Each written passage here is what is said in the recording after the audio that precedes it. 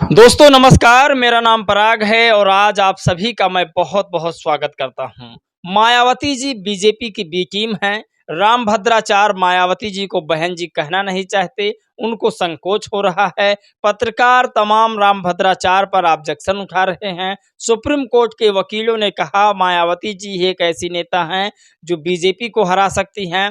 कई पत्रकारों का कहना है मायावती जी अगर इंडिया गठबंधन में शामिल हो जाएंगी तो बीजेपी हार जाएगी। आपको बता दें फरवरी महीने में एक स्टेटमेंट कांग्रेस पार्टी के नेता राहुल गांधी का आता है कि मायावती जी जानबूझकर चुनाव नहीं लड़ती हैं, इसीलिए बीजेपी जीत जाती है। अगर वो इंडिया गठबंधन में आती तो बसपा और सपा और कांग्रेस यही चुनाव जीतती, बीजेपी हार जाती।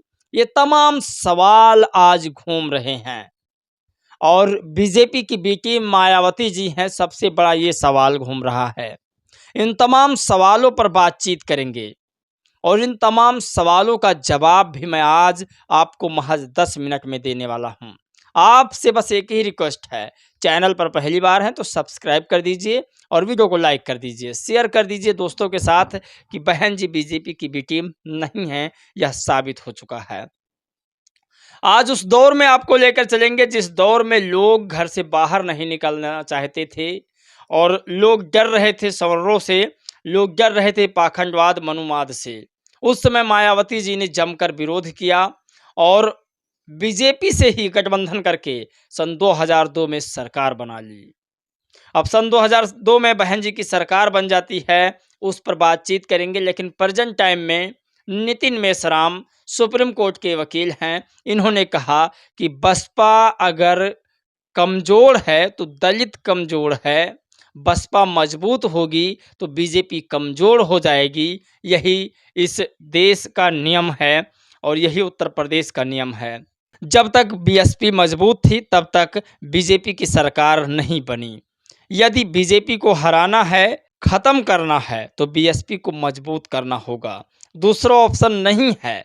बीएसपी कमज़ोर रही तो बीजेपी फिर सत्ता में आ जाएगी, इसको कोई हरा नहीं सकता। इसके पीछे का थोड़ा मैं आपको कारण बता दूं।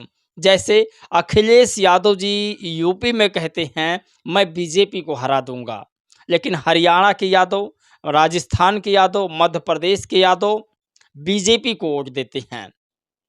यूपी में भी 40% यादव बीजेपी को वोट देते हैं। अब ये सवाल अखिलेश यादव जी मुसलमानों से करते हैं कि अगर आपने मुझे अपना वोट दिया, क्योंकि यादवों का वोट पूरा तो इनको मिलता नहीं है, आधा वोट बाबा जी को मिलता है यानी योगी को और आधा वोट इनको मिलता है, तो ये मुसलमानों के वोटों के बल पर राजनीति करते हैं। अब इनका यही पूरा मुद्दा होता है कि मुस्लिम समाज ना कटे इधर उधर, और मुस्लिम समाज अपना नेतृत्व नहीं संभाल पा रहा है, उसको लगता है कि सांसद बनना ही सब कुछ है। तो इसे आपको समझना होगा। जिस तरह से आजम खान साहब ने कहा कि अब अब्दुल दरी नहीं बिछाएगा, लेकिन नहीं, मुसलमान समझने वाला नहीं है। असादुद्दीन ओवैसी साहब ने कहा कि अब लगातार हम यूपी में मेहनत करेंगे और 2027 में खेला ज़रूर होगा। खैर उस पर बातचीत बाद में करेंगे। लोगों का कहना है और सुप्रीम कोर्ट के वकीलों का भी कहना है बीजेपी को ख़त्म करने के लिए बसपा को मजबूत करना होगा। यही बात राहुल गांधी जी भी कह रहे हैं। राहुल गांधी जी कह रहे हैं कि अगर मायावती जी साथ मिलकर चुनाव लड़ें तो बीजेपी ख़त्म हो जाएगी। मतलब उनको पूरा विश्वास है कि अगर आज भी अखिलेश यादव हमारे साथ 2027 के चुनाव में रहेंगे तब भी हम बीजेपी को नहीं हरा सकते हैं।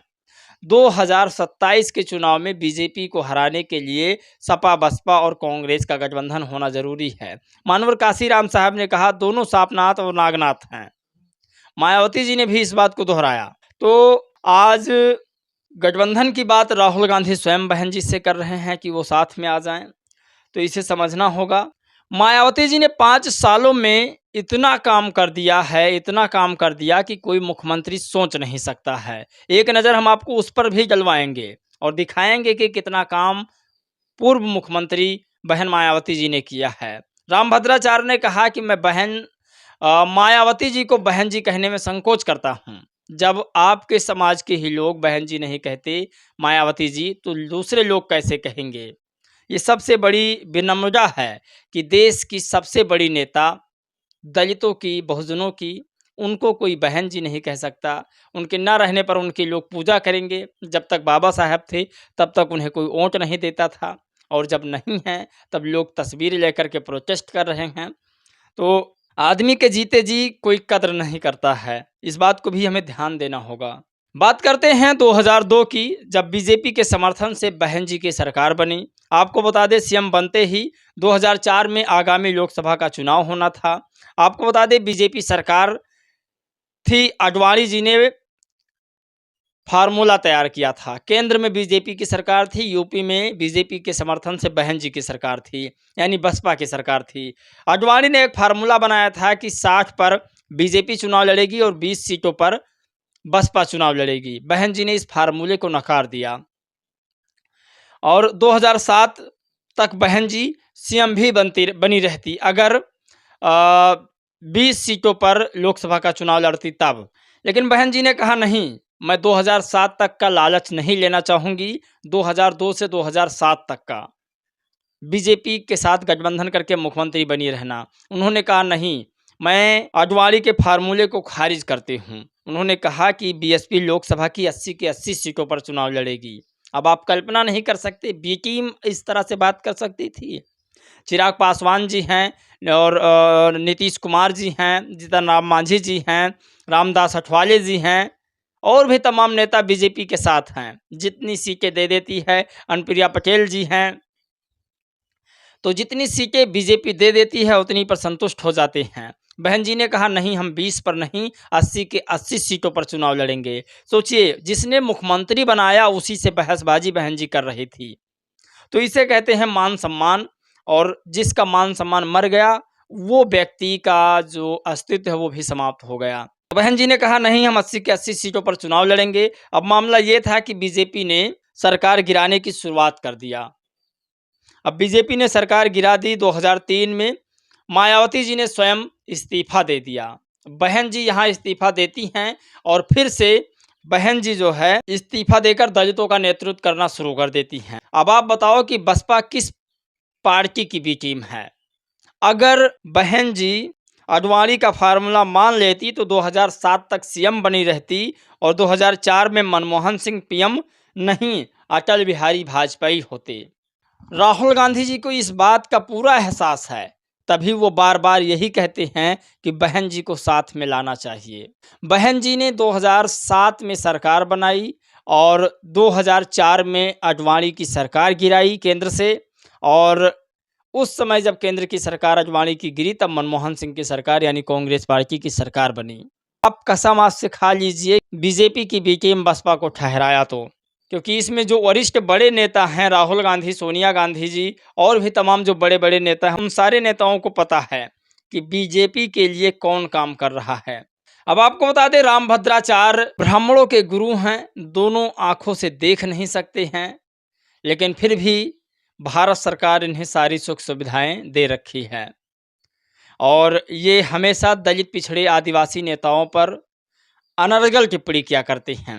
कभी बाबा साहेब पर तो कभी मुलायम सिंह और काशीराम साहब पर। इन्हीं का एक स्टेटमेंट आया था कि मरे मुलायम काशीराम, प्रेम से बोलो जय श्री राम।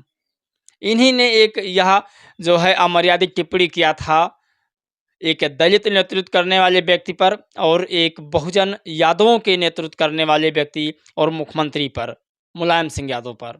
ऐसे लोगों से सतर्क रहना होगा। आपको बता दें, अनिल यादव ने लिखा कि रामभद्राचार्य ने बहन मायावती जी पर विवादित बयान दिया है। रामभद्राचार्य ने चित्रकूट में कहा कि बहन कहने में मुझे संकोच लग रहा है, लेकिन मनु महाराज को गाली देने की शुरुआत मायावती ने ही की थी। उनको मनुस्मृति का एक अक्षर भी ज्ञात नहीं है। मैं रामभद्राचार्य का विरोध करता हूं, अनिल यादव ने कहा। यूपी की 4 बार सीएम रह चुकी हैं और इससे पहले भी वो शिक्षिका रही हैं, यूपीएससी की पढ़ाई करती थी और इसके साथ साथ में स्नातक और लॉ की भी पढ़ाई बहन जी ने किया है।